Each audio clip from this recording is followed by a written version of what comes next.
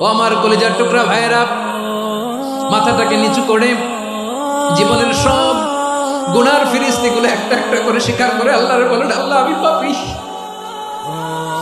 আল্লাহ আমার চেয়ে বড় পাপী এই দুনিয়াতে কেউ নাই, আকাশের নিচে জমিনের উপরে আমার চেয়ে বড় পাপী কেউ নাই। একটা একটা করে আল্লাহ স্বীকার করি আমি পাপী, সব পাপের স্বীকৃতি দিলাম। পৃথিবী না জানুক আমি তো জানি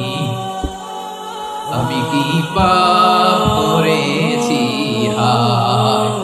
আমার পাপের করলে বিচার,